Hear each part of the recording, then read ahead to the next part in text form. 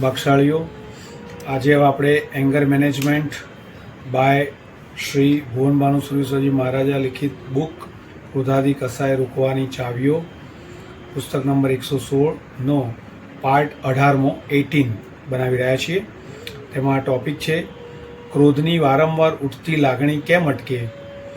સમજદાર માણસ ઈચ્છે છે કે મનમાં ખરાબ લાગણીઓ ઉઠે છે તે સારું નથી, એ કેમ અટકાવવી એ માટે અહીં એક ઉપાય વિચારીએ। ખરાબ લાગણીઓને દબાવવી હોય તો સામે કોઈ સારું રસનું કાર્ય ઊભું કરો। રસનું કાર્ય હોય એટલે મન સહેજે એમાં લાગે ને એ વખતે પેલી લાગણી ભૂલાઈ જાય। વળી કાર્ય સારું હોય એટલે ઓલામાંથી ચૂલામાં પડવાનું ન થાય, મન સારા કાર્યથી શુભ ભાવવાળું બને। દાખલા તરીકે ક્રોધની લાગણી વારે વારે સતાવી રહી છે તો એની સામે નવકાર મંત્રના સ્મરણનો રસ ઊભો કરાય। મનને એમ સમજાવાય કે ક્રોધ રાખવાથી કદાચ તાત્કાલિક કોઈ લાભ દેખાશે તોય તે તુચ્છ છે, જ્યારે દિલથી યાદ કરેલ નવકારનો લાભ અપરંપાર છે। ક્યાં અહીંના લેભાગુને મગજમાં ઘાલવાનું ને ક્યાં એ ઉત્તમ પંચ પરમેષ્ઠીને મનમાં બિરાજમાન કરવાનું, ક્યાં આ ધમધમાટ ને ક્યાં એ પરમેષ્ઠીને નમસ્કાર। ગુસ્સો કરવાનું તો જગતમાં બધે મળ્યું છે, અનંત કાળ એ કર્યું છે, પણ આ પરમેષ્ઠીને મગજમાં બિરાજમાન કરવાનું ને એમને ભાવથી નમસ્કાર કરવાનું ક્યાં મળ્યું ને ક્યાં કર્યું? તો પછી લાવને આજ કરું એમ મનને સમજાવાય તો નવકાર ગણવાનો રસ ઊભો થાય ને અવસરે એ કામ કરી જાય। ગુસ્સાની લાગણી બાજુએ રખાવી મનને એ નવકાર સ્મરણોમાં લગાડી દે, તે પણ નજર સામે અનંત ક્ષમાશીલ પરમેષ્ઠીને લાવીને જાણે પોતે દરેકને ચરણે માથું અડાડતા નમસ્કાર કરે છે, એમની ક્ષમાને ઝીલે છે એ રીતે કલ્પીને નવકાર પદો પુનઃ યાદ કરાય। આ બને ત્યાં ગુસ્સો મોડો પડી જાય। ધ્યાનમાં રાખવાનું છે કે પોતાની પ્રકૃતિ અને અભ્યાસ ક્રોધના બનાવ્યા પછી અવસરે એનો પારો કાબૂમાં કે માપમાં નહીં રહે, માટે જ એવા અણચિંત્યા અવસરે આપણે જાલિમ ક્રોધમાં ન ફસાઈએ એ માટે અત્યારથી જ ક્રોધના સ્વભાવ અને ક્રોધના અભ્યાસ ઉપર નવકાર સ્મરણથી પરમેષ્ઠીની ક્ષમા યાદ કરી કાબૂ મૂકી દેવા જેવો છે। એને અટકાવવા દબાવવા જેવો છે, એ પણ વારે એટલે કે જ્યારે ક્રોધ ઉઠે ત્યારે એને દબાવવો જ જોઈએ અને એના બદલે નવકાર પરમેષ્ઠીની ક્ષમા આગળ કરી દયા ક્ષમા અને સમતાનો ભાવ ઊભો કરવો ખાસ જરૂરી। લાંબા ગાળાનો જ્યારે એવો અભ્યાસ થાય ત્યારે ક્રોધીલા સ્વભાવ પર અંકુશ આવે, એ મોડો પડે ને પછી સહેલાઈથી દયા ક્ષમા સમતા મનમાં રમતા થઈ જાય। ક્રોધની લાગણી જેમ પહેલાં મામૂલી પ્રસંગોમાં પણ મનમાં સહેલાઈથી ઉઠી આવતી તે હવે એમ ન ઉઠે। અરે મહત્વના અવસરે પણ જાલિમ ગુસ્સો ન ઉઠે।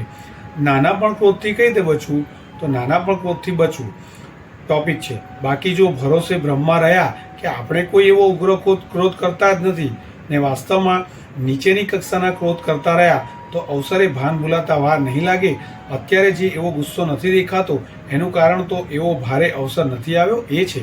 બાકી ક્રોધના સંસ્કાર તો પૂર્વે વારંવારના ક્રોધના સ્વભાવ અને અભ્યાસથી ઘડાયેલા પડ્યા જ છે, માટે એવા ખોટા ભરોસે રહી ચાલુ નાના પ્રસંગના પણ ક્રોધને પંપાળવા મહલાવવા જેવો નથી। એ તો ડર જ રહેલો જોઈએ કે રખેને હું આ જરૂર પડે ત્યારે ક્રોધ કરતો રહું છું, એ ક્યારેક તેવા અવસરે ઉગ્ર રૂપમાં ફાટી નીકળે તો ત્યાં મારા તો 12 જ વાગી જાય। એવા ઉગ્ર ગુસ્સાનો અહીં ગમે તેવું મનમાન્યું ફળ દેખાતું હોય કે આત્મસંતોષ થતો હોય, પરંતુ એના નરક આદિની અસંખ્ય વર્ષની દારૂણ વેદનાના ફળ અસહ્ય છે। તેથી એ દુઃખ આવી પડતા અટકાવવા માટે બહેતર છે કે અહીંના મનમાન્યા તુચ્છ ફળ કે આત્મસંતોષ મારે જતા કરવા, એ મારે નથી જોઈતા।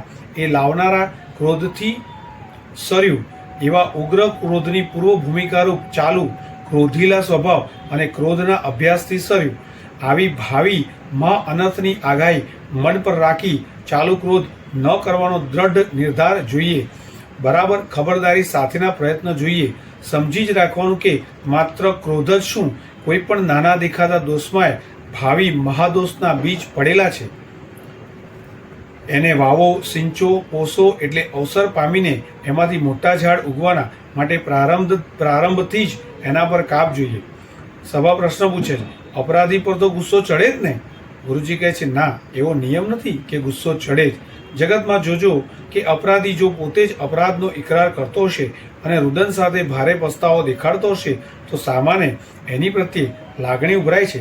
જીવનમાં આ અનુભવ કરવા જેવો છે. તમારા હાથે કોઈ ભૂલ થઈ, કોઈ ઉતાવળું કામ થઈ ગયું અને સામેથી કોઈ પૂછી શકે એવી વ્યક્તિ પૂછવા આવી કે કેમ આ કર્યું. હવે ત્યાં જો તરત તમે સહૃદયતાથી કહો કે આ મારી ભૂલ થઈ છે, મારા હાથે ઉતાવળ થઈ ગઈ છે, તો એની અસર પડશે. સામો આવેશમાં ચડીને આવ્યો છે કે આને બરાબર ધમકાવી કાઢવો, પણ એનો એ આવેશ મોડો પડી જશે. આ તો પરિણામ સામાના પૂછવા પર આટલી સામાન્ય દુઃખ વ્યક્ત કરવા સાથેની ભૂલની કબૂલાતમાં. પરંતુ સામાના વગર પૂછે પણ જો તમે જાતે જ તમારા અપકૃત્યનો ભારે પશ્ચાતાપ વ્યક્ત કરતા હો, છાતીફાટ રુદન કરતો હો, ભૂલની સામે હવે કોઈ ભારે સજા જાતે જ લેવાની તૈયારી કરતા હો, તો પરિણામમાં મજાલ નથી કે સામાના દિલમાં એવો ગુસ્સો ટકી શકે. એને પીગળે જ છૂટકો. આ કેવો સરસ મંત્ર છે! બીજાના ગુસ્સાને પીગાળી એનામાં દયા સ્નેહ ઊભા કરવાનો મંત્ર આ કે આપણી પોતાની ભૂલનો નિખાલસ દિલ અને દુઃખના સંવેદન સાથે સ્વીકાર કરો. ઘડીભર આપણને લાગે કે આમાં આપણું માન હણાય, આપણે હલકા પડીએ, અથવા કેટલીક વાર આપણને કેટલુંક વાજબી લાગતું હોય તેમાં હવે ગેરવાજબી આપણા મોઢે કેમ બોલાય. પરંતુ આ ટૂંકી દ્રષ્ટિનો વિચાર છે, કેમ કે ક્ષમા ઉપશમથી દિલને જે સાતા મળે છે અને એના પર શુભ અધ્યવસાયની લહેરીઓ ઉઠે એ અમૂલ્ય છે. સારાંશ: ક્રોધની લાગણીને દબાવવા, નવકાર સ્મરણ અને તે પણ અરિહંતાદિ પંચ પરમેષ્ઠીની ક્ષમા આગળ કરીને નવકાર પદો યાદ કરવાનું કાર્ય રસમય બનાવી દેવું જોઈએ. હવે આ જ રીતે આગળ એક ટોપિક છે કસાય ત્યાગ માટે ભવ્ય વિચારણા. શ્રી આચારંગ સૂત્રના દ્વિતીય અધ્યયનનું પહેલું સૂત્ર છે જે ગુણે સે મૂળ ઠાણે, અર્થાત શબ્દ રૂપ રસ વગેરે કામ ગુણો છે તે મૂળનું સ્થાન છે. સંસારનું મૂળ કસાયો અને એ કસાયોને રહેવાનું સ્થાન છે શબ્દ આદિ વિષયો. આ વિષયોના પાપે જ જીવ ક્રોધ કરે છે, અભિમાન કરે છે, માયા લોભ કરે છે. જ્યાં સુધી કસાયો સલામત ત્યાં સુધી સંસારમાં ભટકવાનું સલામત. એટલે આ કસાયોને અટકાવવા હોય તો મૂળ પાયામાં વિષયોના સંગ છોડવા જોઈએ. છતાં વિષય સંગ ન છૂટે ત્યાં સુધી પણ મોક્ષાર્થી જીવ ઝંખે છે કે મારા ક્રોધ લોભ આદિ કસાયો કેમ અટકે. એ અટકાવવા માટે બે કામ કરવા પડે. એક, ઉદિત અર્થાત ઉદયમાં આવેલ કસાયને નિષ્ફળ કરવા, અને બે, સત્તામાં રહેલ કસાય કર્મનો નાશ કરવો. જે કસાય ક્રોધ કે લોભ કે અભિમાન આદિ ઉદયમાં આવ્યા, અર્થાત હૈયામાં એનો સર્વરાટ ઊભો થઈ ગયો, તેને બહારમાં એટલે કે વાણી વિચારમાં વર્તાવમાં સક્રિય અને સફળ ન થવા દેવો. દાખલા તરીકે કંઈક બગડ્યું સગડ્યું તો અંતરમાં ક્રોધ ઉઠી આવે છે, પણ હવે એને યોગ્ય વર્તાવ એટલે કે ભ્રમર ઊંચી થવી, આંખ લાલ થવી, હાથેથી તમાચ વગેરે ચોડવી ઇત્યાદિ ન કરવું. એમ એવા ક્રોધના વેણ ન બોલવા તથા આગળ ક્રોધ ભર્યા વિચાર ન ચલાવવા. આમ કસાયને મન વચન કાય યોગની સહાય ન અપાય, એવા યોગ પર અંકુશ મુકાય તો ઉદય પામેલો કસાય નિષ્ફળ જાય. ત્યારે સત્તામાં રહેલ કસાય કર્મના નાશ માટે કસાયના ભયંકર પરિણામ કેવા, બાહ્ય નુકસાન કેવા તથા આત્મિક નુકસાન કેવા એ વિચારતા રહેવું. સાથે જ કસાયના વિરોધી ઊંચી ક્ષમા, નમ્રતા, સરળતા, નિર્લોભિતાની ભાવના યથાશક્ય અમલ કરતા રહેવું. ઉપરાંત કસાય રોકવા માટે ચાવીરૂપ કેટલીક વિચારણા છે એ કરતા રહેવું. હવે વિચારણા શું છે? તો કે ક્રોધને રોકવા માટે આ વિચારવું કે એક, જીવ ધ્યાન રાખજે, આ બહારનું બગડ્યું છે કે બગડશે તો સામાના લીધે નહીં, પણ તારા પોતાના નિર્ધારિત અશુભ કર્મના લીધે. પરંતુ હવે તું ક્રોધ કરીશ તો તારા આત્માના પરલોકનું બગડશે. એ ન બગાડીશ. પેલું બગડ્યું એ કર્મની વસ્તુ, એ કંઈ તારા હાથની વાત નહીં, પણ હવે આ ક્રોધ સફળ ન કરો એ તારા હાથની વાત છે. માટે સામાને ક્ષમા આપી દે. પુરુષાર્થ આ ક્ષમા ન કર. જીવ પુરુષાર્થમાં સ્વતંત્ર છે, કર્મમાં પરાધીન છે. બે, આપણે ક્રોધ કરવાથી સામાનો ક્રોધ વધી આગળ સળગે છે, એની પરંપરા ચાલે છે. એમાં દુનિયાવી એટલે કે દુનિયાના નુકસાન ઊભા થાય છે ને પરલોક માટે પાપાનુબંધો પાપ બીજો ઊભા થાય છે. 3, સવ્ય જીવ કમ્મવસ, સર્વજીવ કર્મને આધીન છે. એ હિસાબે સામો જીવ વિચારો કર્મને પરાધીન છે, કર્મનો ગુલામ છે. બિચારા ગુલામ પર ગુસ્સો શો કરો? એ તો દયાપાત્ર છે. માટે એની આ કરુણા ચિંતવવા જેવી છે કે પ્રભુ એને સદબુદ્ધિ આપો. એના પર દયા એટલા માટે કે એ અજુગતું જે આચરે છે એમાં એ બિચારો પૂર્વના કર્મથી પીડિત છે. વધારામાં આમે એ અજુગતું આચરવાથી કર્મનો અપરાધી થઈ નવા કર્મનો માર ખાવાનો છે. તો એના પર વળી વધુ જુલમ હું કાં કરું? એના પર ક્રોધ નહીં, દયા ચિંતવવાની. 4. મારે બાહ્ય વસ્તુનું બગડ્યું એ તો પરનું બગડ્યું, મારા આત્માનું કશું બગડ્યું નથી. મારા આત્માની પુણ્યાઈ, એનો ધર્મ અને એની સત્તાગત અનંત જ્ઞાનાદિ સમૃદ્ધિ જે છે એ તો કાયમ જ છે, એમાં સામો કંઈ બગાડી શકતો નથી. એની મને ભારે હૂંફ છે. પછી ક્રોધ શા સારું કરવો? 5. વળી ક્રોધ કરવાથી સ્વયં ક્ષમાવીર અને પરને ક્ષમાના ઉપદેશક મહાવીર પ્રભુના મારા સંતાનપણાને કલંક ગણે છે. 6. ક્રોધ રોકવાનું અણમોલ સાધન શ્રી જીન શાસન એ પામેલું ક્રોધ કરવામાં એળે જાય છે, જેમ હજારોની કિંમતની દયા ઉપત્ય ખાવામાં એળે જાય. 7. આજ સુધી સેવેલા ધર્મની સમજ ક્રોધ કરવામાં ઘવાય છે. 8. મારા કરતાં 100,000 લાખ ગુણી આપત્તિમાં મહાપુરુષોએ ક્રોધ નથી કર્યો. મહાવીર પ્રભુના કાનમાં ખીલા ઠોકાયા, સુકોસલ મુનિને વાગણે ફાડી ખાધા, ગજ સુકુમાર મુનિના માથે સગડી મુકાઈ, છતાં તેમણે લેશ માત્ર ગુસ્સો નથી કર્યો. તેમણે તો ત્યાં એ વિચાર્યું કે જીવનનું રહસ્ય શું, જીવનનો સાર શું? આત્માની ક્ષમા, સંપત્તિની આબાદી, સત્વ વિકાસ, પણ જળની આબાદી સુખરૂપતા નહીં, જળના તાગડધીનના નહીં. તો મારે સાર કમાઈ લેવાનો. 9. અનંતકાળથી અનેક બીજા ભાવમાં ક્રોધને ક્રોધની સંજ્ઞાને પુષ્ટ કરવાનું જ કર્યું છે, પણ હવે આ ઊંચા આર્ય માનવ ભાવમાં ફરી એને પુષ્ટ કરવાનું કરીશ તો પછી એનું શોષણ કરવાનું, એનામાં હાશ ઘસારો કરવાનું અને ક્ષમા જગાવવા વધારવાનું કયા ભાવમાં અને ક્યારે કરીશ? કયા ભાવમાં અને ક્યારે કરીશ? 10. ક્રોધથી ચંડકોશિયા જીવ સાધુની જેમ સંયમ ફળનાશ આવશે અને ભવોની પરંપરા ચાલશે, એ કેમ પોસાશે? ક્રોધે ક્રોડ પુરવ તણું સંયમ ફળ જાય. ક્રોધથી કરોડ પૂર્વનું જો મહાન ચારિત્ર ફળ નષ્ટ, તો તારા મામૂલી ધર્મનું ફળ ક્યાં રહેશે? 11. ક્રોધથી મન તામસી બને છે, સત્વ ગુમાવી નિઃસત્વ બને છે અને તામસ ભાવની બીજા શુભો ભાવો પર ખરાબ અસર પડે છે. તેમજ અહીં સત્વ હણાયાથી કસોટીમાં બ્રહ્મચર્ય પાળવાનું સત્વ ન રહે, નવ વાડ વગેરેનું સત્વ ન રહે, તથા સુકૃતના ગુણસ્થાનક વૃદ્ધિના તથા ક્ષપક શ્રેણીદાયી પરમ સત્વ જનિત અપૂર્વકરણ મહાસમાધિના પાયાભૂત જે સત્વ છે તેના પર ઘા પડે છે, બધું ક્રોધ કરવા પર. 12. ઈય પુવ્વાવર લાભો ચિંતેયવ્વો જણેણ નિઉણેણેમ રોદ ફલોય કોહો ચિંતેયવ્વો જીણાણાએ સો અણથી જય જીવો નવી પત્તો જો દુહાઈ સંસારે જો અસુહમ નવી પત્તો નીવ વિરહીએ કમ્મ જો જોયણા એરીસે અસારમ અણાઉમ કૈરમ મણંતો ગુણમ માણમ સમુવહસી. આનો અર્થ એ લખ્યો છે, એમ નિપુણજને પૂર્વા પર લાભ વિચારવા જેવા છે. આમ નિપુણ જને પૂર્વા પર લાભ વિચારવા જેવા છે. જીન વચને ક્રોધના જે ભયંકર ફળ કયા છે તેનો વિચાર કરો.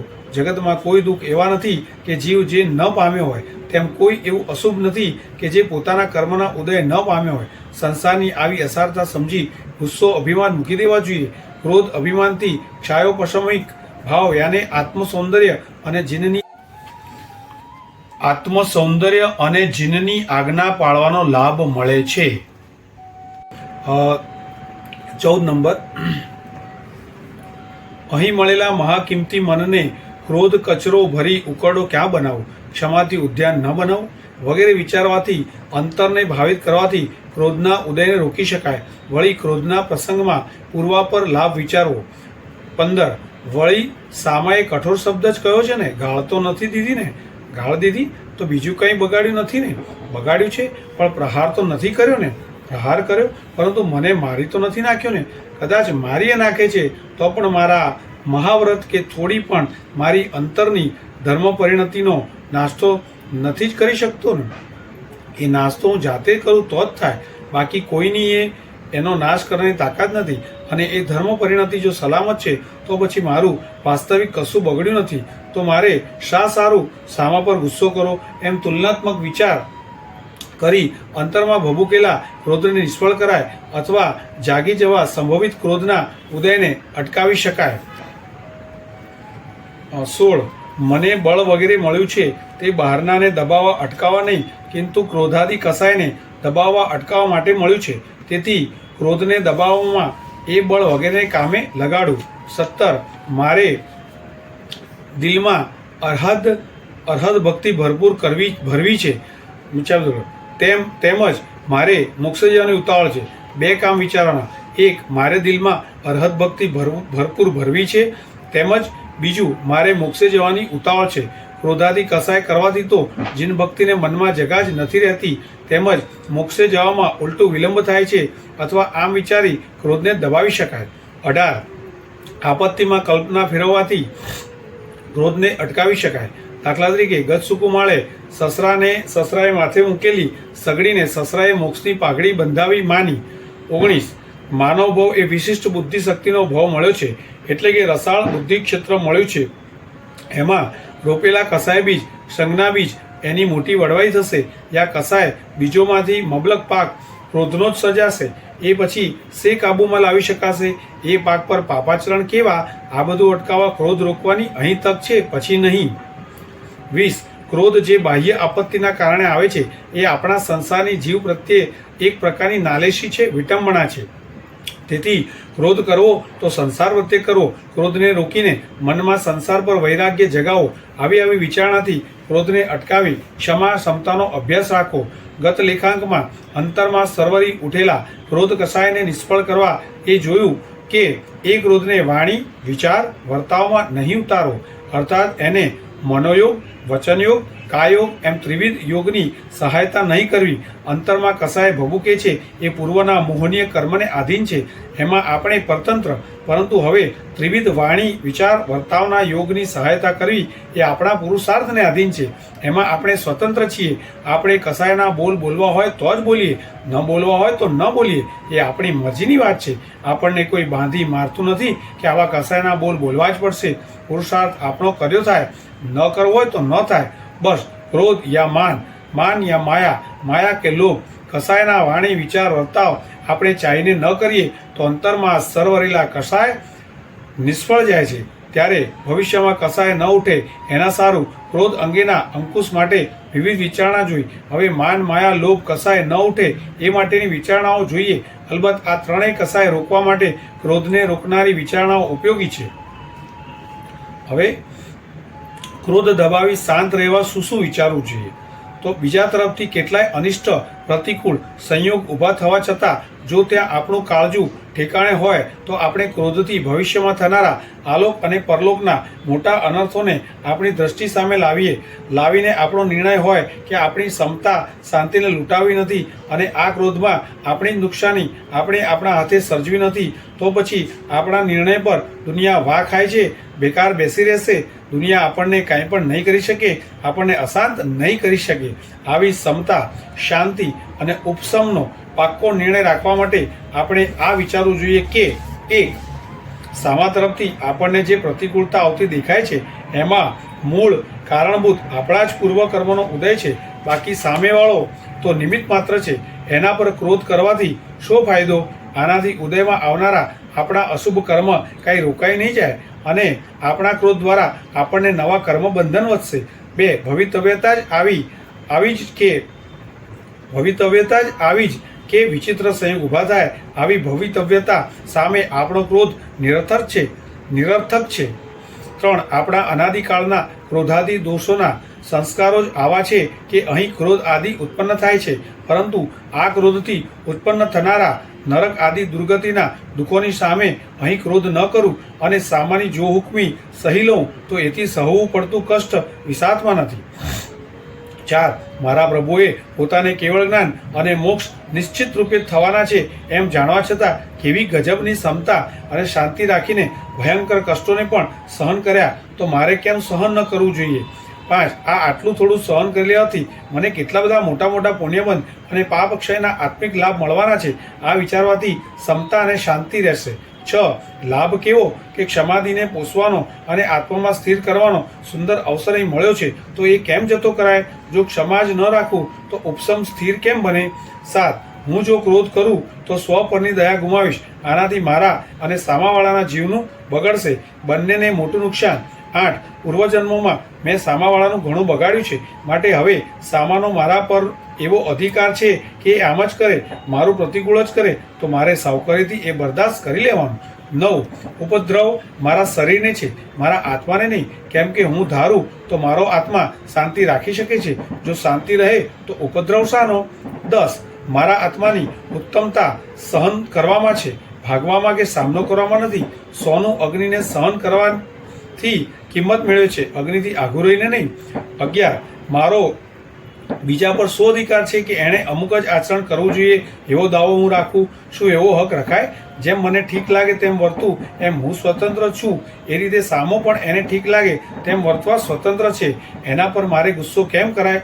ઇત્યાદિ અનેક પ્રકારની શુભ સુંદર વિચારણાઓ છે કે જેના આલંબનથી આપણે આપણા દિલમાંથી ક્રોધ, અભિમાન આદિને થોડું પણ સ્થાન ન આપીએ આપણા દિલમાં ક્ષમા, સમતા અને ઉપશમ ભાવોના શીતલ ઝરણા વહેતા રાખી શકીએ છીએ. આવી રીતે ચિંતન કરીને કુરગડુ મહાત્માએ ઉપશમ ભાવને બનાવી રાખ્યો. આની અંદર આત્મનિંદા, પરગુણ રાગ અને ઉપશમ વૃદ્ધિમાં એવા ચડ્યા કે એમણે શુભ ધર્મ ધ્યાનમાંથી શુક્લ ધ્યાનમાં ચડીને ક્ષપક શ્રેણી માંડી દીધી અને ઘાતી કર્મોનો વિધ્વંસ કરી નાખ્યો. વિતરાગ બન્યા અને ત્યાં જ કેવળ જ્ઞાન પ્રાપ્ત કરી લીધું. ઉપશમનું વિચાર કરો. આ જ જીવનમાં મોટું ફળ. આ સાંભળીને શું થાય છે? એમ જ થાય છે ને કે બસ તો પછી બધાની ક્ષમા માગી લઉં, બધાને ક્ષમા આપી દઉં, ક્રોધ, દ્વેષ, વેર આદિ શલ્યોને હડસલી દઉં. મારે કેટલું જીવવું છે? દ્વેષ વગેરેની મારી અહીંની હોશિયારી આગળ પરલોકમાં ક્યાં કામ આપવાની છે, ક્યાં કામ આવવાની છે? આમ થાય છે ને. કેવળ જ્ઞાન થયા પછી અહીં શાસન દેવીએ આવીને તપસ્વી મુનિઓને પૂછ્યું કે મહાત્મા કુરગડુ ક્યાં આગળ ધ્યાન લગાવીને બેઠા છે? તપસ્વીની પાસે ઉપશમ ક્યાં છે? એ તો રોફ અને રોષથી બોલે છે. જોયો મોટો ધ્યાની મહાત્મા, જાઓ ત્યાં અંદર ખૂણામાં બેસી પેટ ભરતો હશે. જો તપસ્વીઓને આટલો ગુસ્સો છે તો તેમણે તપની શું કદર કરી? તપ એક મોટો રાજા છે. આ જો આપણા દિલમાં બેઠો છે તો ત્યાં ક્રોધ ચંડાલને એટલે કે ભંગીને આ તપ રાજાની સાથે ન બેસાડીએ. આ જ તપ સ્વરૂપ મોટા રાજાની કદર થઈ. તપની સાથે રોષ કરે, ગુસ્સો કરે એમાં નુકસાન કોને? તપનો ગુણ હોવા છતાં રોષ કોણ કરાવે છે? 1. ચિત્તની વિહવળતા, 2. અસહિષ્ણુતા, 3. પાપ લાગવા પ્રત્યે ઉપેક્ષા, અવગણના. શું તમે ઉપશમ ચાહો છો? તો આ ત્રણેયને મનમાંથી હટાવી દો. અહીં કુરગડુ મહાત્માની સામે 4 તપસ્વી રોષથી દેવીને કહે છે, જુઓ પેટભરું કુરગડુ મહાત્મા નહીં. આટલામાં ઉપરથી દેવ દુંદુભીનો નાદ સંભળાયો અને અન્ય દેવતાઓ ગીત, ગાન, વાજિંદ્રના નાદ સાથે નીચે ઉતર્યા અને તેઓ જયનાદ કરે છે. જય હો કેવલી ભગવાન કુરગડુ મહર્ષિનો. સાથોસાથ વંદન, સન્માન પણ કરે છે. હવે વિચારો કે 4 અભિમાની તપસ્વીઓની શું હાલત થાય? પોતે કેટલાય મોટા તપસ્વી હોય છતાં જુએ કે આપણી સામે પ્રતિદિન ખાનારાને કેવળ જ્ઞાન. આ જુએ ત્યારે તો આશ્ચર્યમાં જ પડી જાય ને. તપસ્વીને શરમ તો લાગી જ ગઈ, પરંતુ આનાથી અધિક તો આ થયું કે પોતાના આત્માની અત્યંત કમીના અને હલકાપણા પર ઘણા સંતાપના આંસુ વહાવ્યા. અત્યંત ખેદ, પશ્ચાતાપ થવા લાગ્યો. એ લોકો વિચારે છે કે મહાન પણ તપ શા માટે કરવો જોઈએ? ક્રોધ, માન આદિ કસાયોને નષ્ટ કરવા માટે. અને અમે શું કર્યું? એમના આહારમાં થૂક્યા અને એમને કઠોર ભાષાથી વઢ્યા. તપ શા માટે છે? ક્ષમાપના અને ઉપશમને દિલમાં વિકસાવવા માટે. પરંતુ અમે શું કર્યું? આ સાચા તપસ્વી મહર્ષિ પર ભયંકર દ્વેષ. તપ શા માટે કરવો છે? રાગ, દ્વેષ અને પાપ પ્રવૃત્તિઓથી ભારે બનેલા આપણા આત્માની એ ખરાબીઓને કાઢીને આત્માને હલકો ફૂલ બનાવવા માટે. પરંતુ અહીં તો અમારી પાસે તપ હોવા છતાં અમે કેટલું ઉલટું કર્યું. રોષ અને શુદ્રતાથી આત્માને ભારે, કઠોર પથ્થર જેવો કરીને સંસારમાં ડુબાડનારો કરી નાખ્યો. હે ભગવાન, મહર્ષિની કેટલી ઊંચી ઉત્તમતા અને અમારી ફરીથી હે ભગવાન, મહર્ષિની કેટલી ઊંચી ઉત્તમતા અને અમારી કેટલી નિકૃષ્ટ નીચતા. બસ આવી ભાવનામાં ક્ષમાપના, ઉપશમ અને અનાસક્ત યોગમાં ચડીને તેઓ પણ કેવળ જ્ઞાની બની ગયા. જીન શાસન દેવકી જય. માટે જ જીવનમાં કોઈ એવા પ્રસંગમાં ક્રોધ આદિ દબાવતા ચાલી શાંત રહેવા પ્રયત્નશીલ રહેવું. યાદ રહે, ક્ષમા ધર્મનો વ્યાપાર ક્રોધના બજારમાં થાય છે. ફરી એકવાર, ક્ષમા ધર્મનો વેપાર ક્રોધના બજારમાં જ થાય છે. કામ, ક્રોધ આદિ રોકવા એક નક્કર ઉપાય. નવો ટોપિક. જીવ સંસારમાં અનંતા કાળથી દુઃખમાં ભટકે છે ને આ જીવનમાં પણ દુઃખી થાય છે. તે પોતાના કામ, ક્રોધ, લોભ, મદ, માયા, હર્ષ વગેરે કસાયોના કારણથી શા માટે દુઃખી થાય છે? તો કે આ બધા કારણોથી. કયા કસાયો? કામ, ક્રોધ, લોભ, મદ, માયા, હર્ષ. તો શુદ્ધ બનેલા આત્માને ક્યાં સંસાર પ્રમાણ રહે છે, તેમ બાહ્ય કાયા પણ સળગી ઉઠે છે. છતાં જો એના પર રાગ નથી, મમત્વ નથી, તો દુઃખ શાનું લાગે? ગજ સુકુમાર મુનિના માથે સગડી સળગી, છતાં એમણે જે સળગે છે તે મારું નહીં ને મારું છે તે સળગે નહીં એમ કાયાની મમતા મૂકી દીધી. તો જરાય દુઃખ લગાડ્યું નહીં ને એથી જ ઉચ્ચ ધ્યાનમાં ચડીને કર્મ ખપાવી મોક્ષે સીધાવી ગયા. બસ દુઃખ અને ભવભ્રમણ આ કસાયોના કારણે છે. એ કસાયોને અટકાવવા માટે અનેક ઉપાયો છે. એમાં એક નક્કર ઉપાય આ છે કે જગતના બાહ્ય પદાર્થોમાં અને આત્માની અંદરના મલિન ભાવોમાં અત્યંત અસારતાની બુદ્ધિ ઊભી કરવી અને ટકાવી. મન વારંવાર કહ્યા કરે કે આ ધન, માલ, મહેલાત, કુટુંબ, પરિવાર કે સન્માન, પ્રતિષ્ઠામાં કશો સાર નથી. અંતે એમાંનું કશું હાથમાં નહીં. એમ અંતરના કામ, ક્રોધ, લોભ, મદ, ઈર્ષ્યા વગેરે મલિન ભાવોમાંય કશો દમ નહીં. આત્માને કશો લાભ ન કરે, ઉલટું નિસત્વ અને ચિંતા તપ્ત બનાવે. એ બધાય મલિન ભાવો અસાર નિસ્સાર છે. આ અસારતાની બુદ્ધિ દ્રઢ કરવા માટે દેવાધિદેવ શ્રી મહાવીર ભગવાનનું અનુપમ દ્રષ્ટાંત છે. પ્રશ્ન છે કે એમણે જ્યારે ઘર છોડી ચારિત્ર લીધું ત્યારે એમાં એટલું બધું જોમ ને જોશ ક્યાંથી આવ્યું કે તરત ત્યાં મન પર્યાય જ્ઞાન પ્રગટ થયું અને ઠેઠ કેવળ જ્ઞાન પ્રગટવા સુધી ઘોર તપ, ભયંકર ઉપસર્ગ, પરિસહ, સહન તથા રાત દિવસના ખડા ખડા કાયોત્સક ધ્યાન કરી શક્યા? તો આનો જવાબ આપણે આવતા વિડીયોમાં આપીશું, આવતા એપિસોડમાં આપીશું. આપ સૌને નમ્ર વિનંતી, અમારી જૈનિઝમ આશીષ એ સ્ક્રીન પર તમને દેખાય છે તે ચેનલ, યુટ્યુબ ચેનલ સબસ્ક્રાઈબ કરવા નમ્ર વિનંતી. લાઈક, કોમેન્ટ, શેર કરો અને જૈન ધર્મનો આપણે સૌ પ્રચાર કરીએ. જીનાજ્ઞા વિરુદ્ધ કંઈ પણ બોલાઈ ગયું તો ત્રિવિધે મિચ્છામિ દુક્કડમ. તો આ સાથે આપણે બીજો પણ ધ્યાન અને જીવન નામનો પુસ્તક આચાર્ય ભગવાન ભુવન માનુસુરેશ્વરજી મહારાજાનું લિખિત સ્ટાર્ટ કર્યું છે વાંચવાનું. ઇંગ્લિશ એનું ટાઇટલ આપણે આપ્યું છે મેડિટેશન એન્ડ લાઈફ. રાઈટ. તો જીવનમાં કઈ રીતે ધ્યાન કેટલા પ્રકારના છે, આપણા રોજિંદા જીવનમાં આપણે જે વિચારો કરીએ છીએ તે કયા પ્રકારના ધ્યાન કહેવાય છે, તેનો આપણે શું વિપાક એટલે કે ફળ ભોગવવાનું આવશે તેની બધી વાત કરીએ છીએ. તો એમાં પણ 25 ટોપિક છે. તો અત્યારે હાલ પૂરતો આપણે ક્રોધાદિ કસાય રોકવાની ચાવી, તેની અંદર આપણે 136મું પાનું આવ્યા છીએ. 136 પાનામાં થોડુંક જ બાકી છે. તો આપણે સૌ આ વાંચીએ અને પોતાના એંગર એટલે કે ક્રોધને કાબૂ કરવા માટે બહુ જ ડીપમાં જે છણાવટથી સાહેબજીએ બતાવ્યું છે તેને ફોલો કરીએ. આઈ હોપ કે તમને ખૂબ જ ફાયદો થતો હશે અને આત્માની પ્રગતિ થાય તેના માટે આ મારો એક નાનો એવો પ્રયાસ છે. જીનાજ્ઞા વિરુદ્ધ કંઈ પણ બોલી ગયું ત્રિવિધે મિચ્છામિ દુક્કડમ. પ્રણામ. જય આદિનાથ.